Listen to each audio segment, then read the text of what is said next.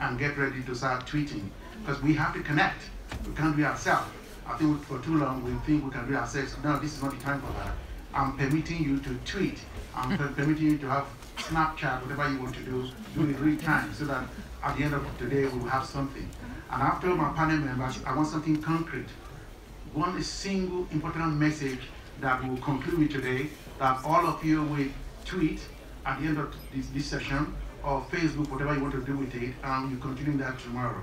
So really, so I want to say thank you for this session, and thank you to my panel member, and I will take the last opportunity for that single message that we will talk about. Charlotte, over to you. Yeah. Thank you very much. So I had an introduction. So indeed, I'm a politician, and I've been working in mental health. I also happen to be a daughter, to have known mental health issues in my family. I'm a woman, and I had a depression. I had medicine, and I think as politicians we also have to be not only, you know, on the posture, on a way of acting of not knowing in our sense, in our physique, in our body, what it means. And all the panelists we talk about also our authenticity. And we not only what we do as a professional, we also are human, and I think that's something very important when it comes to mental health. It is also very political roundtable, and what the people are going to show you are things that have been made possible through conditions. And I really hope we can talk about what made it possible for them to do such action, what made it possible to change the structure, to change the system, and have a new approach of mental health. So, let me introduce you the first speaker, and put the presentation. So we start with Roberto, right? So, Roberto Mezzina, je vais le faire en français, parce qu'il se connaît, est directeur du département de santé mentale à Trieste. Il dirige le centre collaborateur OMS de recherche depuis 2009. Il a également dit, et il ne le dirait pas comme ça, il a eu le prestigieux prix European Personality Award, ce qui est quand même une vraie chance de l'avoir. Ce prix récompense ses travaux, récompense aussi 40 ans d'engagement, et quand nous parlions, c'est vraiment ce temps long, et ça c'est le reproche qu'on peut faire aux politiques, comment on inscrit toute la santé mentale, toute cette question sur du temps long. Roberto, the floor is yours.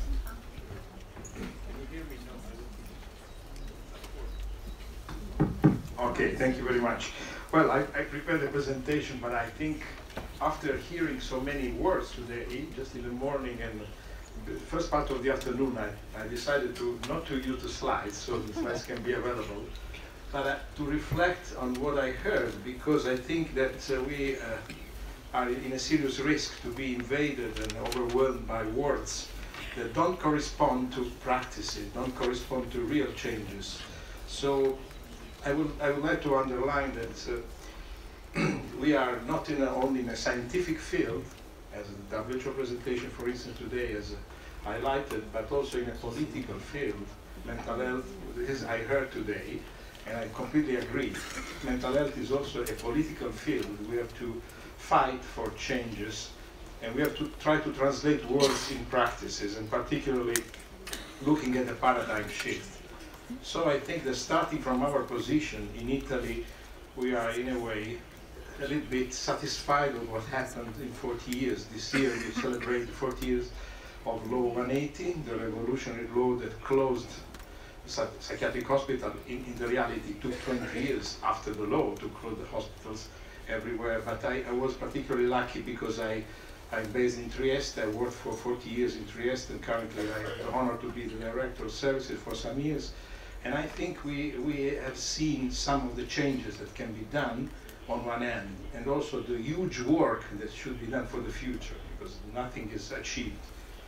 And starting from this, I would like to underline that there is an important shift that happened, of course, from the hospital to community services, saying these few words. It's easy, but what does it mean in terms of implications? So, for instance, looking for the first time to people with unmet needs, who were people in psychiatric hospital, toward the shift was to people who became people with rights, with affirmed, declared rights, and to create laws to ensure those rights to be implemented.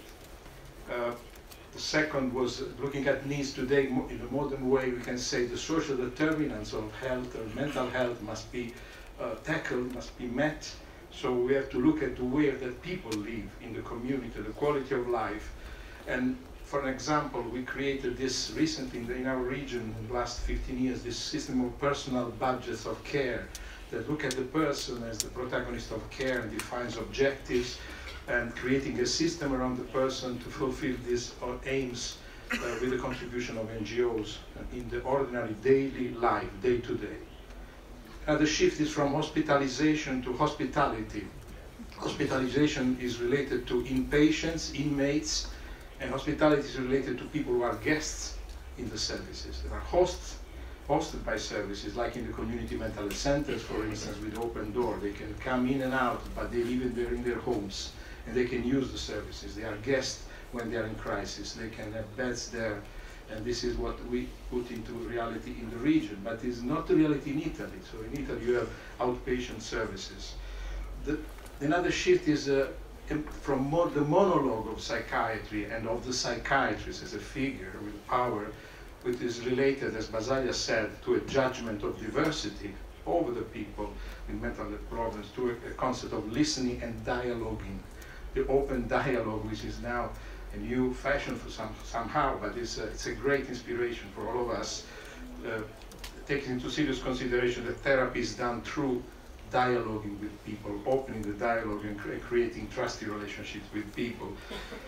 Another important issue is related to power. Today, in these 2 days, we discuss about empowerment, but usually the power of psychiatry is a power on a subject. This person is subjected to a power, and Basaglia in Italy said we have to create a pedagogy of power, so to teach people how to catch the power, how to grasp the power that is the real nature of empowerment. That means power of the subject, not subjected to a power, and the power co-created with the person. So a bottom-up empowerment is required. So if we want to change services, we have to empower all the levels, from the service user to those who have less power in the services, including carers, but also the operators, and then the psychiatrists must share the power, and of course the social organization is implied. From a concept of seclusion, this is all related to the deinstitutionalization movement, to the freedom. Freedom first, we said. Freedom is a precondition of care, and we have to fight for an acceptable care which is based on freedom. If you want to create accessible care, as we heard today from WHO, we have to create acceptable care. The right to health is created through services that are responding to people's needs and rights. Citizenship is another word, means not only guaranteeing civil rights, a status, but creating a development for exercising rights, acting rights. So creating the possibility of receiving responses to social rights like work, house, social roles, social relationships. We heard today social contacts as well. And this requires a movement not only for the individual. Today we discussed very much on the individual subjective rights like the CRPD, but we have to create collective movement in order that any single individual can never respond to their own rights. That means being aware to be a citizen, the awareness of citizenship and the self-reflection on these issues. This means also free will, from guardianship to free will. That means from imposition of power to negotiation is another key word. The negotiation means creating a therapeutic alliance through shared decision-making, adjustment to people's needs, and also recognizing the self-determination of people. This is a very important shift we in Trieste didn't achieve so far. We are still in a movement toward this, so it's a great direction that we have to try to implement. And that's another issue. So today we described some programs like Recovery House, Recovery Colleges. These are all means to empower people in their decision-making and self-determination competencies and skills and rights. the most basic thing is about values. I think paradigm shift that Basaglia tries to implement in Trieste and in Italy is from the illness to be treated to the person as the center of care. The person in his whole life, whole system should be created to replace, to respond to all life needs of this person. The person is, everybody is like we think we are. So there are no diversity that can justify different treatments, but looking at the person as unique individual and creating the possibility that this person can express their feelings and their wills. And this is finally leads to the word that for me is most important, democracy. Democracy in mental health. We have a desperate need for democracy that means involving not only the person at the same power, but involve the society, trying to look at the change that we want to see in mental health as a change of the whole society, trying to help people to have the life that they want to have. I just end with a recommendation, maybe the last slide, if I have 1 minute. So 2 minutes, well, good. These are some elements of the programs that we did in Trieste about recovery and empowerment, but for me the recommendations are related to this point one. Empowerment must not be limited to guarantees for the involvement of users or to the provision for their advocacy and public representation. Sometimes this is a sort of false democracy if services don't change. It requires policies and actions to close large institutions and especially to abolish long-term internment, as well as to reduce coercion in care, both at the treatment level and at the legal level, including laws. We don't have to forget to change the laws, are very important. The second point, moving toward community-based care. Empowerment must be embedded in services which must be oriented to create whole systems responding to the whole life domains of the person. Citizenship is not only about civil rights, but also about social rights. And then finally, practices, policies, and tools for social change and community development are then required, such as exchange among people, cooperation, that means sharing needs. The social cooperative movement is very important in Italy, for instance, and co-production, that means create services together with people who are the stakeholders of the services. Thank you very much.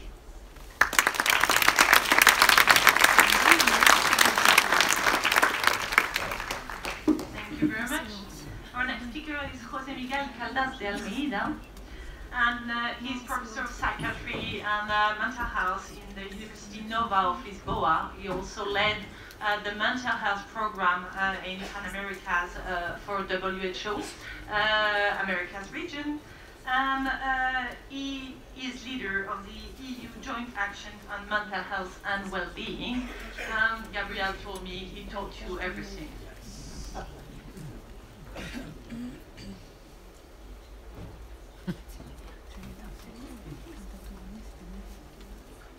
Well, good afternoon.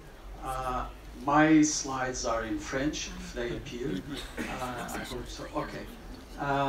But I will speak in English.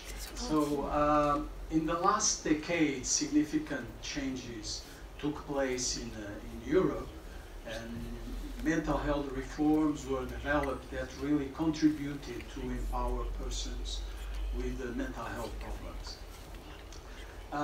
This radical change was not only possible because of a conceptual revolution, as the title of this session alludes, but to a very radical change of paradigm, as Roberto mentioned.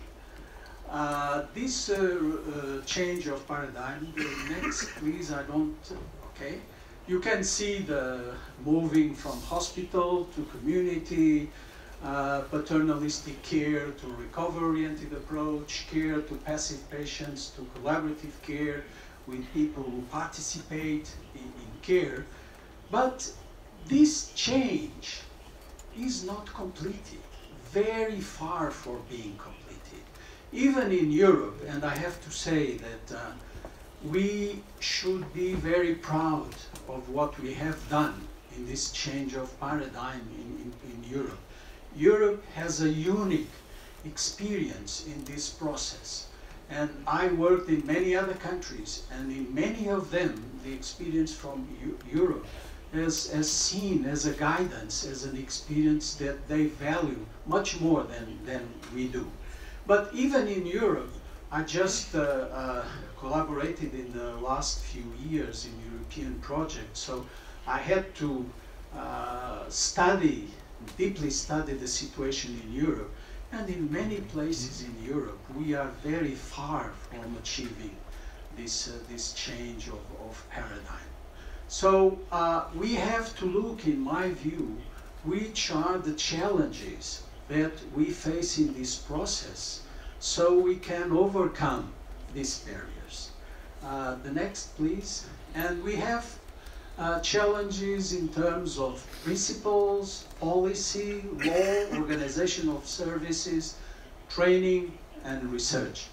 I just noticed this is not my presentation, but no problem. It's an old presentation. There was a new one, but no, not a problem. The next, please. So if, no problem. No, next, please. So if we look to the principles, we have to completely adopt a public health, a systems approach, a human rights approach, recovery-oriented, social inclusive and community-based approach, empowerment, evidence-based. And in many places we made a lot of progress, but in others we are just in the beginning of this process of adoption of these principles. Next, please. Roberto and others have mentioned today that if we really want to change the situation and to empower people with the mental disorders, we have to change the relations of power. We have to deal with the policy. If we don't have good policy, it will be impossible. I haven't seen any country that made good progress in which there was not a good mental health policy and a good mental health legislation. And it will be always like that, because it's policy and law that is necessary to ensure access to care. And we cannot talk about empowerment if, as Ram Thornycroft mentioned this morning, or Shekhar, even in more wealthy countries, only 20% or 30% of the countries give access to quality care. So a lot of people everywhere don't have any access to good care. So how to talk about empowerment in that situation? We talked about the CRPD. Even in Europe, we are just in the beginning of the discussion of key aspects of the incorporation of CRPD. So a long way we have to go through to finally incorporate CRPD. I don't know any country that has incorporated the CRPD principles in the legislation. I'm not saying that we didn't make progress. We did. But we have to be realistic, as Roberto said, and we have to face the situation and the obstacles we have. The other important thing is that it's necessary to improve leadership and governance of mental health systems. Most of the countries, they face terrible problems in this area. We have to support organizations of users. Everywhere where I go, and today I listened several times, people, users, working hard in their association say, if we don't have some financial support, if we don't have support, organized, systematic support, we cannot do our work. So this is something that must be inscribed in the law and in the policy. Next, please. Organization of services. First is to ensure transition to comprehensive mental health care in the community and complete deinstitutionalization. Europe. Many European countries still spend most of their money in psychiatric hospitals. And sometimes it seems we don't see that. So how can we talk about this paradigm shift How can we be very happy with this in a situation where in so many places we are just beginning the process of the institutionalization? Or we are doing worse than that, that pretend that we don't have this problem and just adding new community services but don't touching in the psychiatric hospitals. Maybe some people in this room don't like what I'm going to say, but it's impossible to continue spending 80% or 70% in the money we have for mental health in big institutions if we want really to improve the access to treatment. So there is a lot of work to do. And believe me, this work will not ever be done without strong users and family associations, because it will be them will really give the bigger contribution to change this. Next, please. Training. We have to develop capacity to have good mental health leaders. All countries that made good progress had good leaders. Look to the example of Lille. If Jean-Luc and others were not here in Lille, we'd not have the services that exist here. Leadership is key. And sometimes some leaders are just talented people, but most people have to receive training, have to be formed, so there is necessary big investment here. And also improve knowledge and capacity of users and families. They need information, they need training, so they can become more capable of fighting for their rights. Next, please. Finally, research. It's necessary more public mental health research, services research, implementation sciences, and incorporating, having collaboration of users as places like France already exist. So my final recommendations. Now, here I missed the other presentation I had. It was much better. Do you have it? No, don't do that. Just repeating. We have a very good experience in Europe. We have to preserve this experience. We have to use the experience because we were the place where we were the first to develop comprehensive mental health policies, comprehensive mental health services, based on sound values, based on implementation, looking to the different problems, not just to a part of the problems. We have examples, good examples, the place that was successful in having good community care for people with severe mental disorders, good collaboration with the primary care, good collaboration between the social and the health, and everything inscribed in an overall global mental health policy at the national, regional, and local level. Now, I'll finish with this. We are citizens of each of our countries. We are also citizens of Europe. Don't forget that for the ones who are Europeans here. If we want to develop empowerment and change in mental health, we have to fight at the European level. Use our capital we have and collaborate in developing what we have done and having more collaboration in a democratic European Union.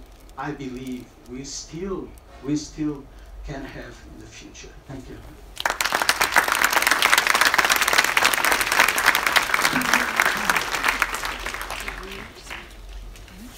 Thank you very much and welcome to our Canadian European friends. The floor is now to Rene Keet, psychiatrist and Director of Development of the services in community mental health service, and he's also the President of the European Committee of Mental Health Services Network. He also told me how his practice influenced who he is and reciprocally. Thank you very much for this kind introduction. living a full life in the community, I think that is the best definition of mental health, mental well-being. Therefore, mental health requires a community approach.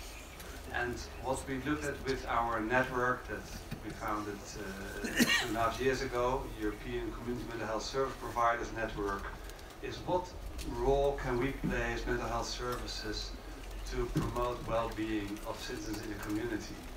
And if I do this, then maybe you can click. So we are a network of professionals, and other citizens, and other citizens are of course the persons with lived experience that are member of our network. So what we often see in mental health is that people tend to look at it from one perspective. So for decades, the entirely biological perspective has been quite dominant in mental health. And what you now see is that the recovery movement really has strengthened, has changed the paradigm. But also there's now a tendency to look at mental health, for example, as something entirely caused by social determinants. And I think this one-track mind approach is not helpful. So we looked in our network at 6 perspectives, and from these 6 perspectives come 6 principles on how we can organize community mental health care. We don't have the ideal model, a universal model that's going to work from Norway to Spain or from Ireland to Moldova. That's the whole range of countries that are involved in our network. But we have universal principles of community mental health care. And if you can click 6 times, then you see them all 6. That's about ethics, public health, recovery, effectiveness of interventions, network approach, and peer expertise. And I'll go through these perspectives one by one. In the end, I'll conclude what have we achieved on these 6 perspectives. So the first one, the ethics. And for each one we chose an image. This image is a book already written in 1961, Silence, and written by Governor. I really can recommend this book to anyone because it's written so long ago and it's still very, in a way, up to date about describing mental patients and other inmates. And what he described is that places, these institutions that were founded with good intentions, became places of violation of human rights. And that is the ethical foundation why we do this process and why we have to keep doing it. It's not only about locking people up. If you can click yes. It's also, and it has been mentioned several times already here, and I'm glad that it was, the Convention on the Rights of Persons with Disabilities. Because then human rights is not only a matter of not locking people up who've not committed crimes, but it is also about living, participating community, the right to education, right to health, right to employment.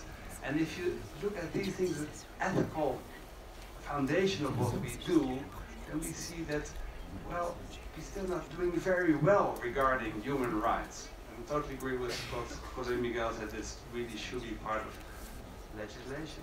Can I have the next slide? Public health approach. And the image I've shown here is an image of a map. A map is a pointer. And this is, for me, a task of community mental health services. Know your catchment area. Know the area where you work. What sort of population do we have? What are the needs? Do we live in a population where there are, for example, many people with a different ethnic background? Then you have to specialize in that. If you have a lot of elderly people, you have to specialize in that. Know your population, describe them. And also bear the responsibility of mental well-being of the whole population in that area, not just those who happen to be in your service. Play a role in the network. And how large this catchment area should be, well, that depends, of course, on your resources. It must be small enough that you can be close to the citizens, but it must be large enough that you can provide a rich multidisciplinary team, as rich as possible. You have the next slide. This third perspective, the recovery. And indeed, that really has completely changed my way of looking at my profession. Because I became aware that for a long time, not working, but for a long time, I didn't really ask the questions that I ask now. What has happened? Where do you want to go? What are your strengths? What are your forces? Because those are as important as asking for, and so what is the problem that you're coming for? So then diagnosis becomes a complete radical other thing. And I became aware I didn't ask those questions. I wasn't taught to ask those questions. I do now, so it should be part of the training to ask those questions. Because only then the patient can indeed be the leader of his own recovery process. And sometimes you see it as a straight road to recovery. It's much more like this long and winding road, like in the Beatles song. Okay, that's the next slide. The fourth perspective is on the importance of effective interventions. We need effective interventions. In fact, we can be quite proud as mental health therapists of the interventions that we can do. We should also be humble about that our role in the whole recovery process is a limited one. But we should be proud of what we can do. And a problem sometimes with the research on interventions is that they use universal outcomes like hospitalization or a 20% reduction on a certain scale. And that is not good enough. Because if you say that it's an individual process to recovery, then individual outcomes should be also measured that way. So we need better and good research. Why did we choose the image of oil and vinegar for this? That is a metaphor described by Larry Davis in a beautiful paper. It says that recovery and evidence-based medicine are not like, sometimes described like oil and water, two substances that never mix, but they're like oil and vinegar that together can make a vinaigrette. So they can strengthen each other. That's the next slide. The network approach. And the image we've shown here, that one of a beehive, a beautiful natural example of a network. You can see the honey as the recovery process, but also what the bees do, the cross-pollination, you can see as a metaphor of interdisciplinary collaboration. So if we want to play our role in a community, in a social network, also as a parallel process, mental health should be an integrated network. Not separate addiction services and other psychiatric services, not separate hospitals and community teams, work as one team in an integrated approach. If you cannot be in a good network within your service, how you're ever going to be part of a network in society. And the last perspective, oh no, this one, oh yeah, this still belongs to the network approach. It's in fact tells you that it's always in a network of self-help, resource group, the informal help, the informal network, generic community services, and only for some persons, some episodes, mental health care has a treatment role that should play its role within the whole network, supporting that network. But then I come to the final perspectives, and this is my image, the image that we've chosen for the peer expertise. The peer expertise, and it's a Japanese tradition, it's called kintsukuroi. And what they do is with pottery, when pottery is broken, they fill the crack with gold. And I think that's a beautiful image of peer expertise, because it tells you two things. The crack is still there, it's not hidden, something went wrong, but it's filled with gold, so it adds value. And I think that is even, yeah, when I first saw it and heard it expressed that way, it sort of moved me, because I think that is really beautiful image of what peer experts can contribute, but also other professionals.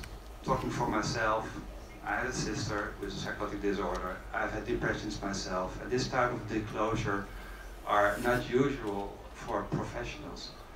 But I think if we use the untapped resources of the expertise, of the experience, the lived experience of other professionals, mental health care will become much richer. Come to the final slide, and if you can click again 6 times. So what have we achieved on ethics? Very little, because life expectancy is still limited, little access to competitive jobs. Public health also very little. There's not enough focus on public health. In my training to become a medical doctor, I had very little training in public health. Recovery, well, there's a hope, there's this paradigm shift, but also the risk of window dressing, people using the word recovery, but what do they really mean? On effectiveness, there's a hope of the paradigm shift, I think, in research, but there's the risk of the divided camps between recovery and evidence-based interventions. The network, well, many models have been developed, like flexible search community treatment model in the Netherlands, that have this network approach.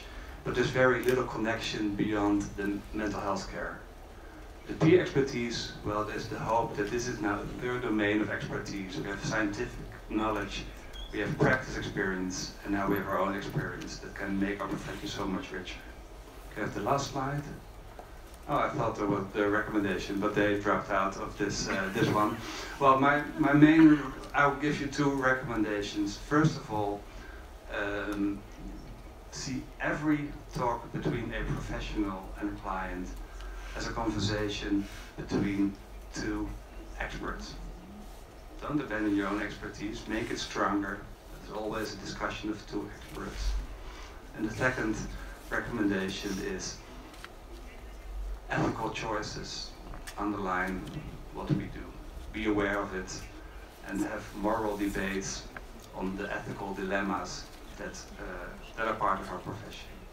Thank you very much for your attention.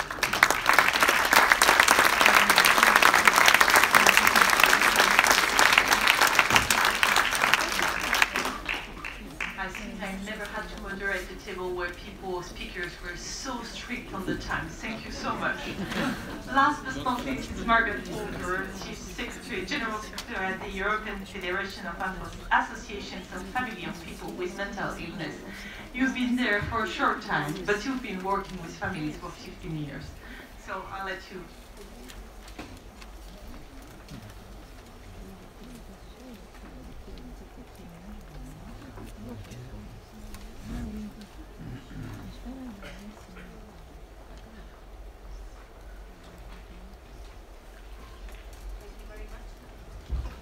Thank you for the organisers for the invitation and for YouFami to participate.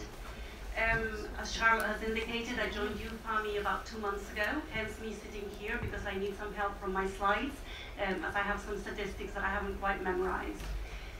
YouFami is a family carer association. We were established just over 25 years ago. Our founder was a lady who decided YouFami was needed when her brother turned 18 years old and was suddenly taken into an institution. These were times when institutions housed together people who were suffering from mental health and were also from ill mental health, and were also suffering from, for example, Down syndrome. So she decided at that time that something had to be done and that families should be involved in the discussions relating to the relatives' health. So today we are 35 member associations. Our association in France is UNAFAM. So if you don't know much about UNAFAM, I would certainly encourage you to link up with them. I know they have representatives here and they are very active indeed. And we represent as a whole with YouFami and all of the family carers, which do not just include parents or children, they're also siblings who are affected. We represent approximately 25 million European families. So our mission is to represent the carers' perspective and to make sure that their rights are listened to and heard, and that their interests are protected. How do we find out what family says? Well, we run a number of surveys throughout the years. The most recent one was in 2015, where we surveyed over 1,000 family carers throughout Europe. These family carers were looking after people with severe mental health problems. And you will find the full results on our website. But what did they say? I think one of the main things that we must remember is that family carers is each and every one of us. At some point we have all looked after someone or will be looking after someone that has an illness, a condition that requires more care than we normally give on our daily lives. And I think it's important that we consider this. One of my fellow speakers mentioned this already. Mental health affects all of us in one way or another. So anyway, what the family said in the survey was that they needed support. They needed more support than what was available. Strangely enough, the results of the survey said that they were equally satisfied or dissatisfied with the support they got from healthcare professionals. But I think what this highlights, and this has already been mentioned, are the differences within Europe, the differences between European countries, and even the differences between services that are provided at local level within those countries. Families want recognition, and I think it's clear to see in a meeting like today that this is already becoming reality. However, much more needs to be done. Caregivers don't feel involved in important relationships and important discussions, and although clearly their relationship between the patient and the health professional is extremely important and is the priority, families should also be involved in this. One of my board members said to me the other day that what makes a big difference in the life of a family carer, of somebody that has a mental health condition, is the fact that this is not a start and an end. As Rene has said, it's a long winding road, and it's usually the family carer that is constantly there, is a constant support throughout this path. You will see the figures there of what the families have said when asking for recognition. Families need information and education. Clearly, one does not become an expert in a topic overnight just because they live with somebody that's affected by mental ill health.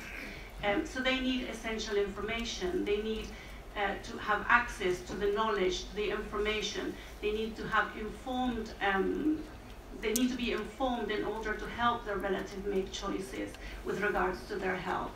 Or even just to be there and to be supportive. They need to know what they are looking for and what they need to be aware of. 9 in 10 of the family carers that replied to our survey wanted to have more opportunity to meet and to share knowledge. And this is one of the things YouFamily tries to do. We try to gather together family carers so that these discussions can be had and so that the people that have the same experiences can meet them and share this. In 2019, we will be holding our Family Congress, which is a meeting we hold every 4 years, precisely to enable these discussions to take place. One of the things that is often forgotten is the impact looking after somebody with ill health has on the physical and mental health of the carer. And I think this is something else we try to highlight. And I know that our member associations at national level are doing a lot in this respect. We mustn't forget that the minimum amount of time that is spent looking after a relative who is unwell averages about 20 hours a week. Just imagine what that is in your daily life, in your weekly, or think of how many hours you spend at work, and think of how many hours this person is spending caring. Think also of the impact that something like this has on young people who are often themselves also carers.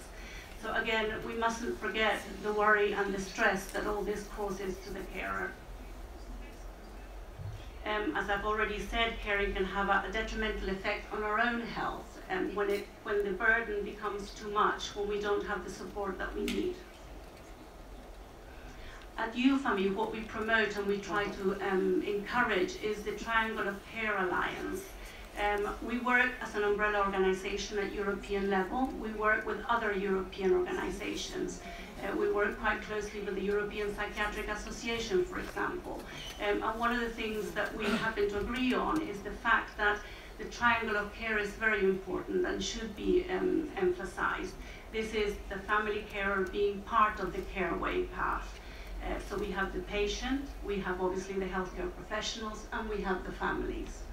A team is needed, and sometimes there's a lot of difficulty in finding cohesiveness in this and how the systems work. I think all of my fellow speakers have referred to this. There's also the fact that medication alone does not work, or at least not that we have seen, and therefore, an approach which encompasses all different ways of looking after someone must be undertaken. Again, we go back to the fact that information is needed. It is the only way of making informed choices for the patient, for the carer, just as it is for the healthcare professional. If the right information is not available to them, if the right education is not available, then clearly there are limitations. Families, we are the main support of the patients, and as I've already said, we tend to be there throughout the continuum.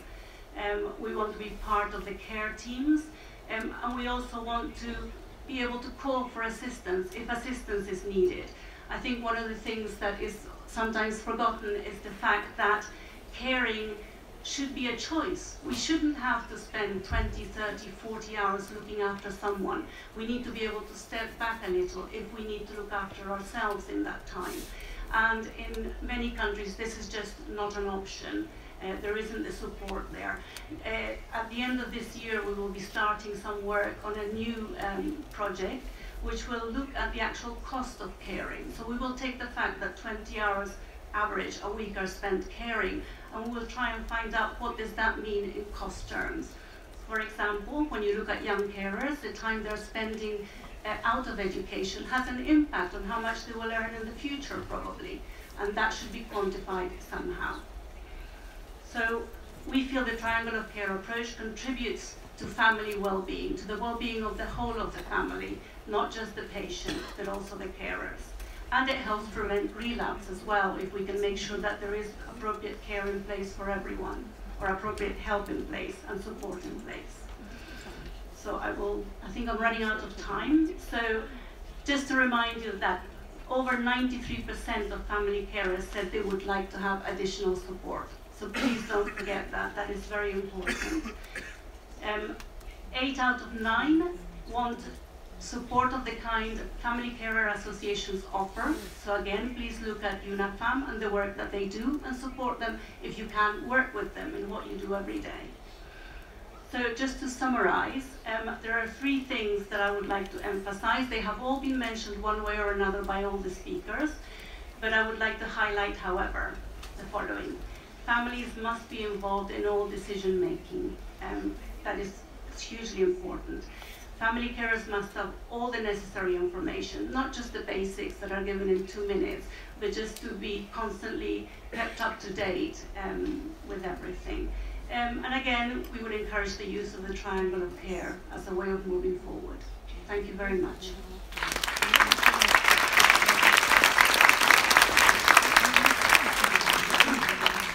Thank you very much. Merci beaucoup.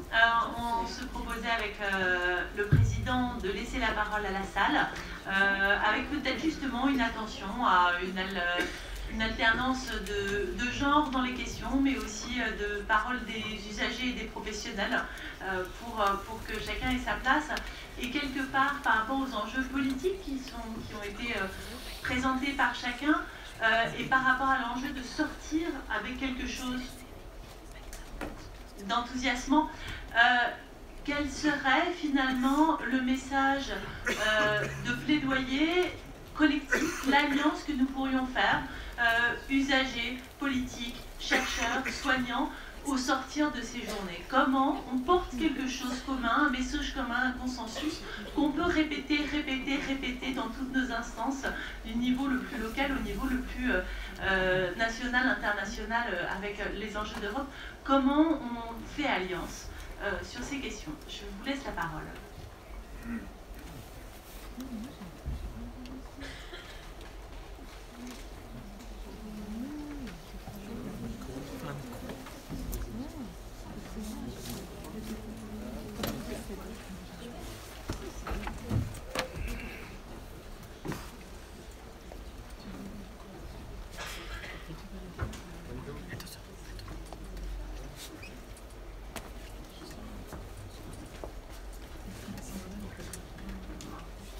My name is Russell Cummins. I'm a peer expert from the Netherlands.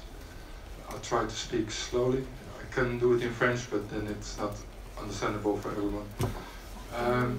The world is confused about mental health, and I think mental health itself is also confused.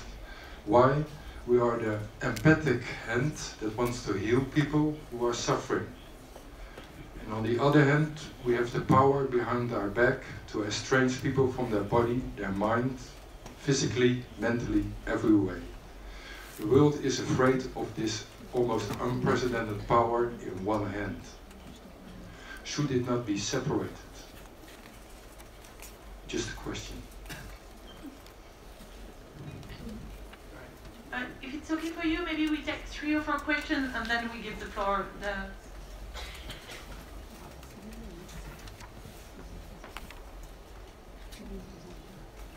Moi, c'était des commentaires, c'est pas des questions.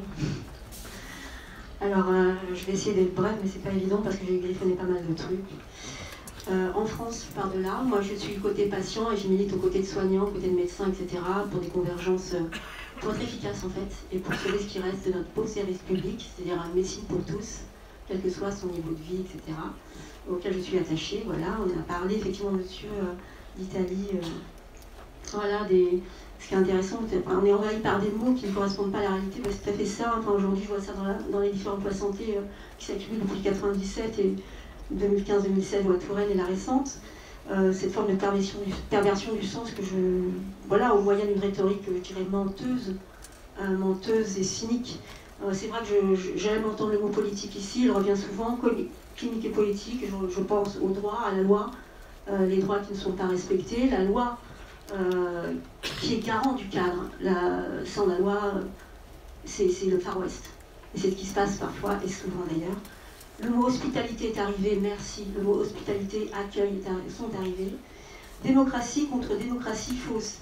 Ou bien fardée, mais quand même fausse. Et ça, c'est le quotidien des équipes qui doivent faire vivre des services. Parce que certains résistent pour faire quand même du soin, c'est-à-dire de l'accueil. Et c'est quand même très très compliqué avec des suppressions de postes, etc. même s'il n'y a pas que cette question-là en jeu.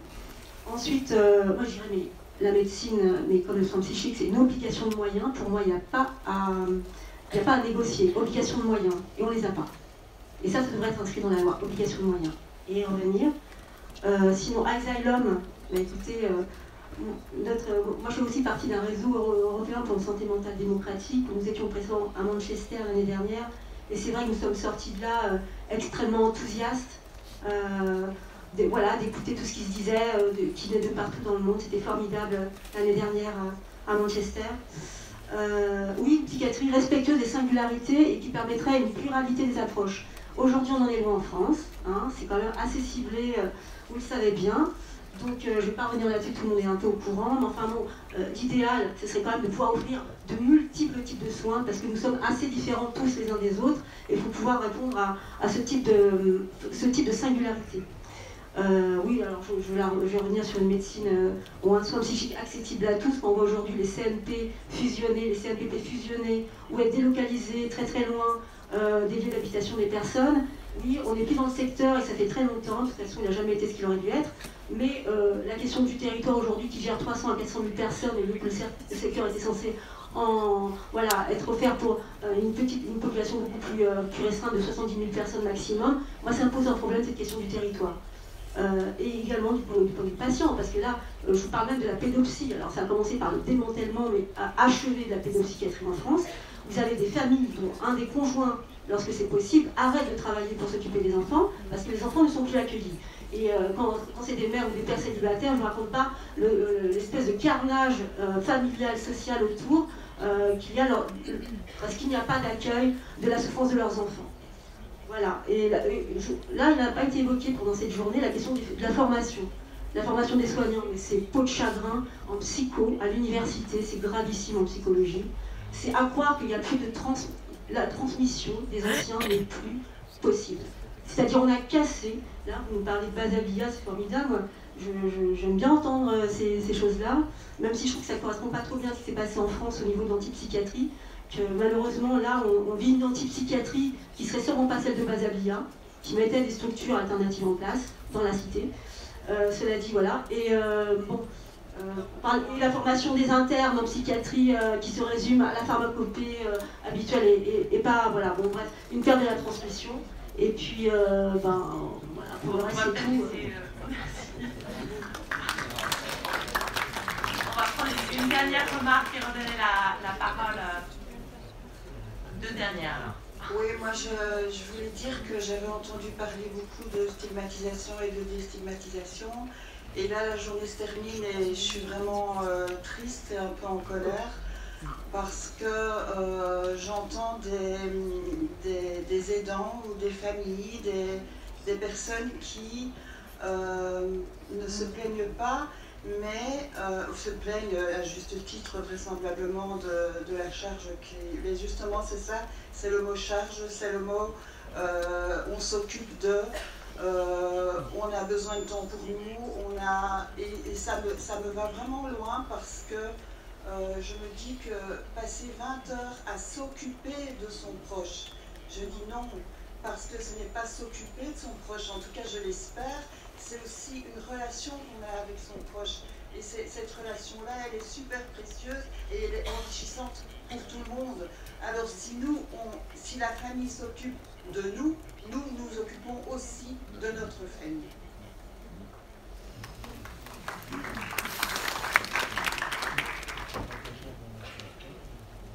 Il y avait une dernière demande de prise de parole juste là. Voilà.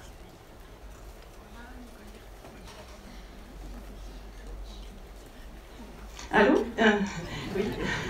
Allô. Donc Nicole Lérian, j'aime Horizon 73 de Savoie. Donc je vous propose un film demain à 13h qui sera en salle 2 diffusé sur le travail que je fais d'accompagnement, toute maladie confondue en fait. Là, ce sera le trouble psychique chez Christopher. Voilà la façon dont j'accompagne. Alors moi, je parle plus de termes de psychiatrie, c'est fini. Je pense que Freud qui est parti d'un cas, c'est terminé, c'est révolu, il faut qu'on le laisse tomber celui-là. Voilà. Et je parle de la force de la personne, de ce qu'elle est capable de donner. Et voilà, vous verrez mon travail. Et puis j'ai fait un petit film sur ce qu'on propose au GM Horizon 73 aussi, dans la réinsertion professionnelle, socioculturelle, à tous les niveaux, par l'art et voilà, et l'écoute. Hein. Mais ça prend du temps, l'écoute, ça se fait pas en 5 minutes en consultation, il faut que ça s'arrête. Première consultation, bilan, au moins 2 heures. Voilà. Merci. Je propose qu'on redonne la parole l'un après l'autre. Enfin, No, just I completely agree with all the interventions, and I would like to say that while we are speaking here about the issue of power, we have to be aware that there is a discussion at the European level at the Council d'Europe, European Council, about the additional protocol to the Oviedo Convention about the voluntary treatment. It's just a secret. It's a limited group of people that are dealing with that, but it can have potentially a big impact on the issue of rights. So that's why we should be very sensitive to this. And just to give you, because I had an opportunity to receive the draft, and this draft contains, for instance, the confirmation of the involuntary, not only voluntary treatment, but involuntary placement and seclusion of people today in Europe. The confirmation of the power of judges on mental health. Judges, why judges? The confirmation of the concept of physical restraint, even if regulated by norms and used as a last resort. This is what Europe is deciding now in the age of the CRPD. So we should be very much sensitive to the issue of power and work together to stop these things, because these are not in the hand of the professionals, these are not in the hand of the movement of people, but these are in the hand of very strange committees that have been created by Europe. So it's a great issue that also has a political aspect that we should deal. This is my response to you.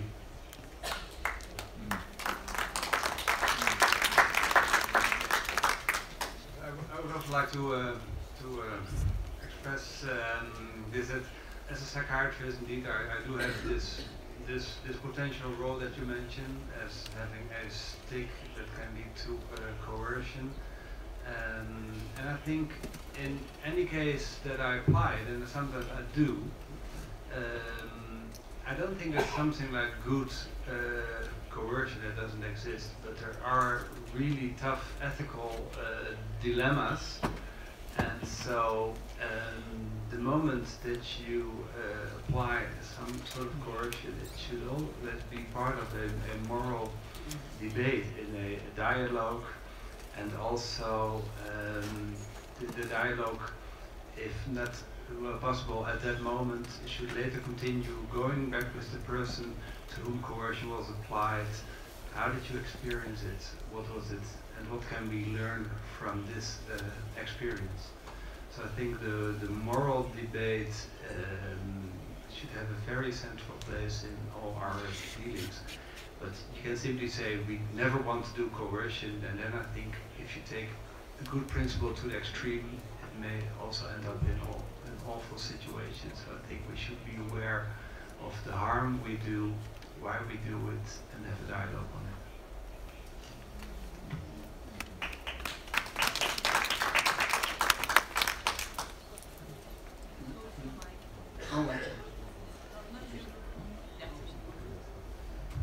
Well, what I understood from the interventions from the audience is that in this room there are several people who are angry, preoccupied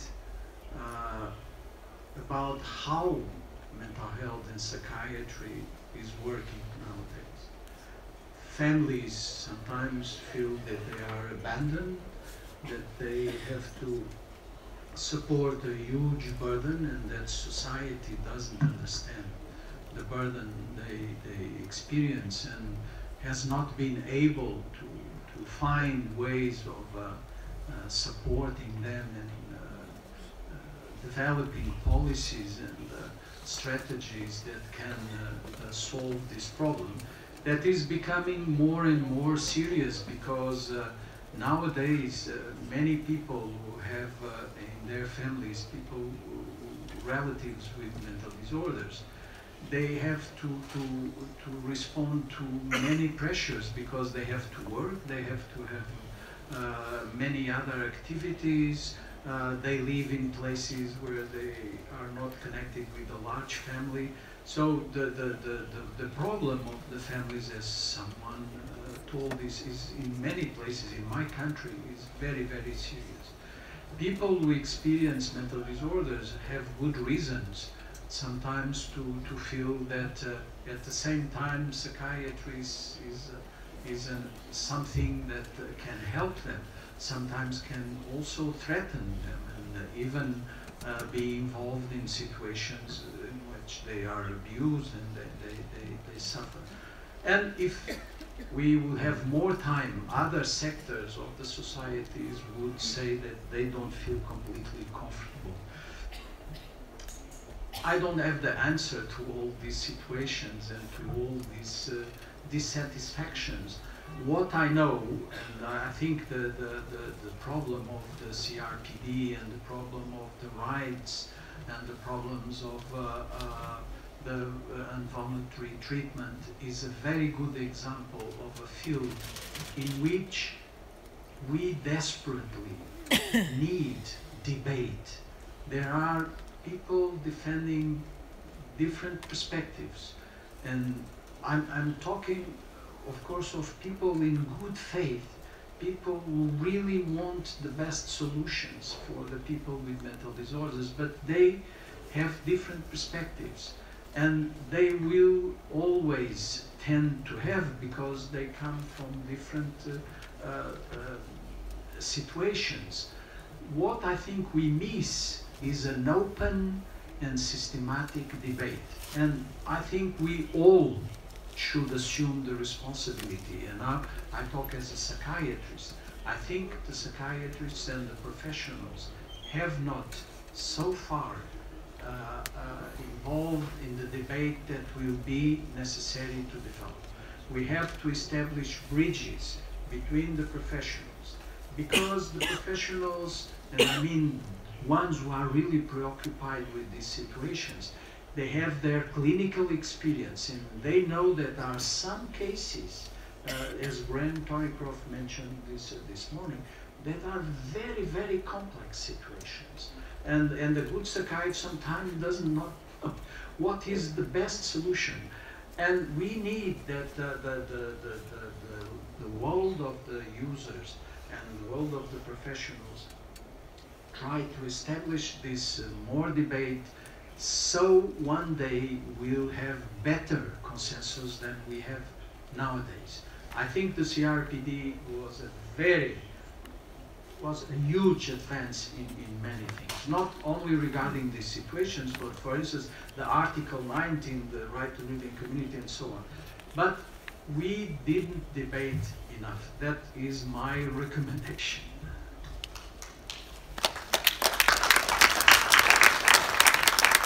Thank you very much. I just dare an interruption to see if everybody knows what is the CRPD. I don't know how it has been translated in French. c'est bon, tout le monde sait ce que c'est? Parce que vous en parlez beaucoup. Convention des droits des personnes handicapées.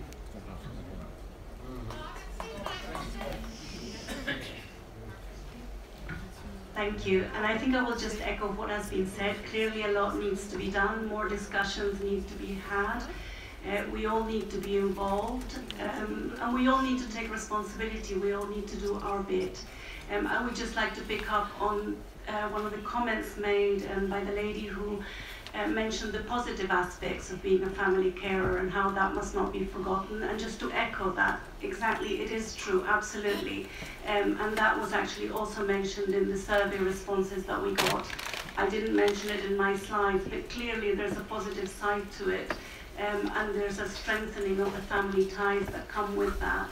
And having been a carer myself, nothing replaces the feeling of being able to do that for somebody you love. So, thank you.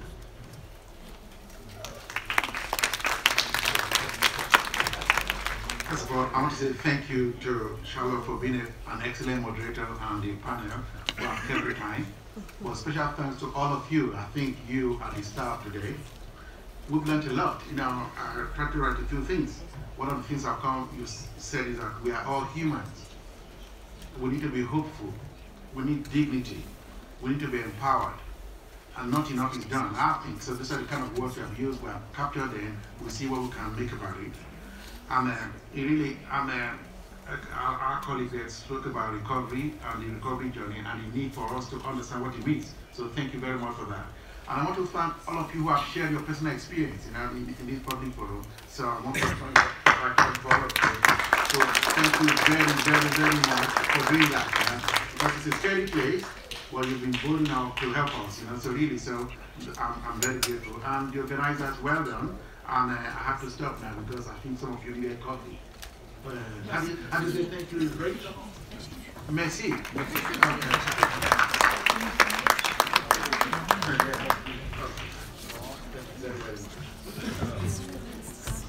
Là, Monsieur Roland. Là, il y en a.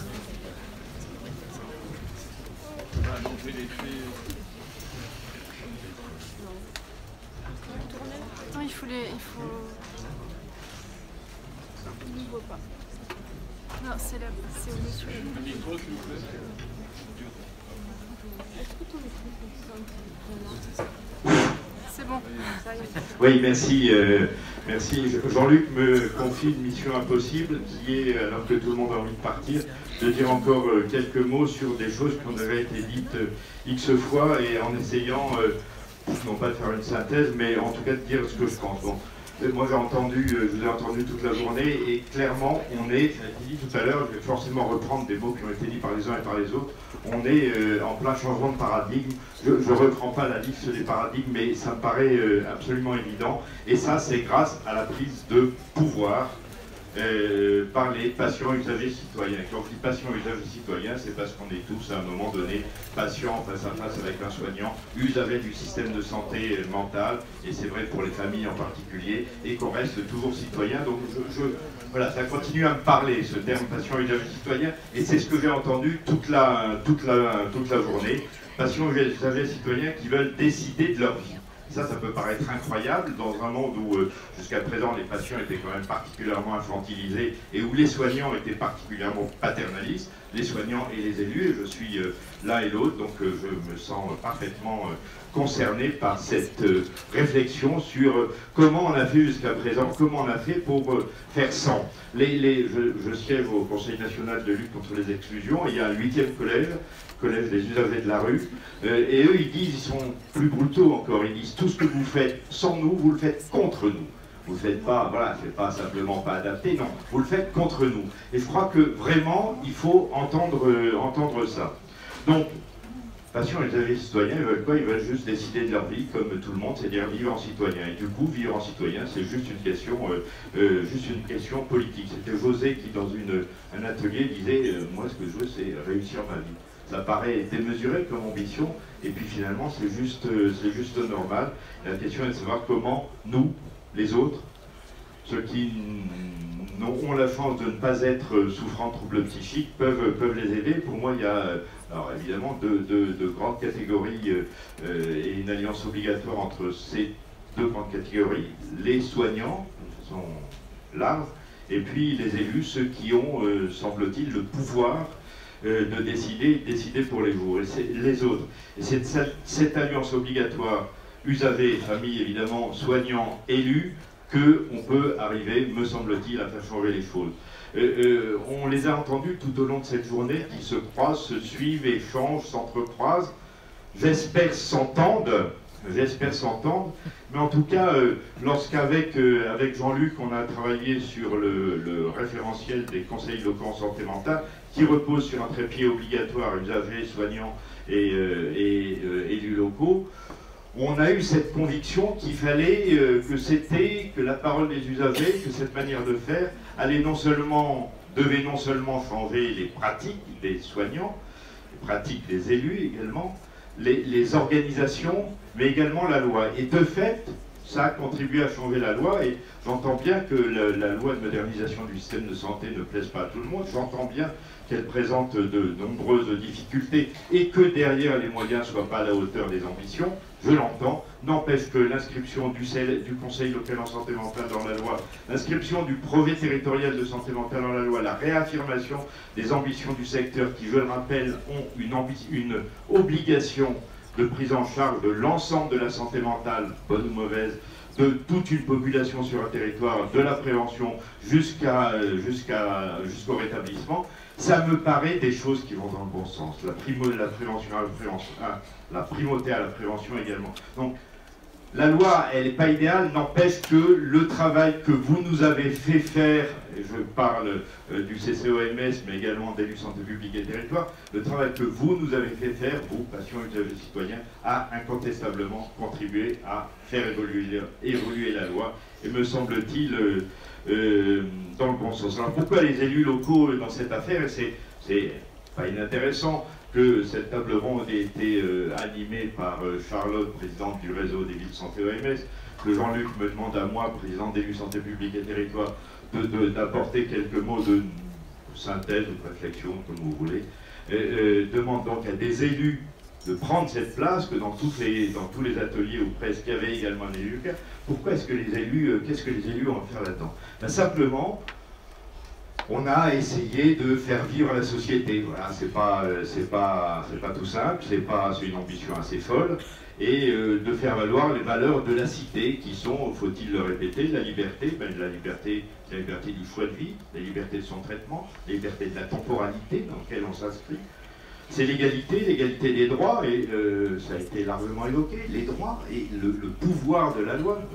J'ai siégé à la haute autorité de lutte contre les discriminations et pour l'égalité. Le pouvoir de la loi pour changer la vie des gens, c'est un levier formidable. Et donc, on ne s'en sert pas assez. C'est-à-dire, on parle des discriminations, on en a parlé toute la journée, vous en parlerez demain. Il y a un défenseur des droits qui a succédé à la HALD. Le défenseur des droits, il faut s'en saisir, parce que la loi s'applique. Et si elle ne s'applique pas, nous devons tous ensemble la faire appliquer. Donc liberté, je l'ai dit, égalité des droits, du respect, de la participation de tous aux décisions qui les concernent. C'est juste ce qu'on essaye de faire. Et puis évidemment fraternité par l'écoute, par le social contact, ou le contact social, comme on veut, on le dit comme on veut, et puis par l'éthique. Alors moi, ce que j'ai entendu, et ce qu'on entend depuis quelques années en se croisant les uns et les autres, c'est qu'il y a quand même un énorme saut qualitatif et quantitatif de cette citoyenneté nouvellement reconnue. Elle n'est pas nouvelle, mais elle est nouvellement reconnue, des personnes souffrant de troubles psychiques. Voilà. Il y a quelque chose qui, c'est à la mode, hein, est en marche, mais l'important c'est de savoir vers quoi on marche, ce qui n'est pas le cas partout. Là, on marche vers une société plus solidaire, une société plus accueillante, une société où finalement chacun trouve sa place. Moi, mais c'est ma conviction, vous n'êtes absolument pas obligé de la partager. Moi, je suis convaincu que parce que les usagers prennent la parole, parce qu'ils nous disent comment nous devrions travailler mieux avec eux, comment nous devrions entendre leur savoir, comment nous devrions prendre en considération leur souffrance, non pas pour la traiter, mais pour faire avec eux, moi, je suis convaincu que c'est un progrès. Voilà. On n'est pas obligé de me croire, on n'est pas obligé d'être d'accord, mais ce que j'entends aujourd'hui, le fait qu'il y ait ici 600 personnes, que parmi ceux-ci, il y a une multitude de personnes souffrant de troubles psychiques, qui se veulent citoyens, qui deviennent citoyens, qui nous bousculent, qui nous interpellent, qui nous demandent de faire autrement, qui nous obligent à changer nos pratiques, à changer les organisations et même à changer la loi. Je suis convaincu que c'est un progrès et donc je ne peux que vous en remercier et vous demander de continuer. Alors bien sûr, la route est longue, la route est chaotique, la route est difficile, mais c'est ça le travail politique, c'est ça la vie aussi. C'est pas simplement de croire que tout va vous tomber dessus tout cuit, pardon. Non, c'est plutôt tout cru. Le combat politique, c'est précisément de se battre ensemble pour faire évoluer ça. Et encore une fois, ce qu'on observe ici, c'est-à-dire cette alliance entre, je le répète, les personnes souffrant de troubles psychiques, les soignants, les élus et l'ensemble de la société, devrait contribuer à améliorer l'ensemble de la société, encore une fois. Alors il manque des trucs, hein, il manque des moyens. On a parlé des difficultés de financer les... il n'y a pas d'ARS ici.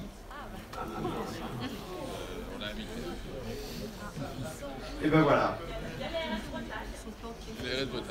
Non mais bon, on a les difficultés à financer les structures, les CMP qui ferment, voilà. Tout ça c'est dramatique. On est bien d'accord, n'empêche que moi je suis convaincu qu'ensemble nous pouvons faire en sorte qu'il en soit autrement. Et c'est ce que je nous souhaite. Et puis il y a des choses aussi dans la loi dont on ne se saisit pas suffisamment. J'ai parlé des droits, j'ai parlé du défenseur des droits, mais il y a aussi les PTSM. Qui va mettre en place les projets territoriaux de santé mentale? Est-ce qu'on va le laisser aux hôpitaux psychiatriques? Est-ce qu'on va attendre que ce soit l'ARS qui, de manière descendante, définisse les PTSM? Ou est-ce que ce sont les acteurs de terrain, les CLSM, les GEM, l'ensemble du secteur médico-social qui va se saisir de cet outil pour précisément définir ensemble quels sont nos besoins et comment on les met en place ensemble? Donc il y a un chemin immense, mais il y a aussi des progrès, je le répète, qualitatifs et quantitatifs. Et je vous en remercie.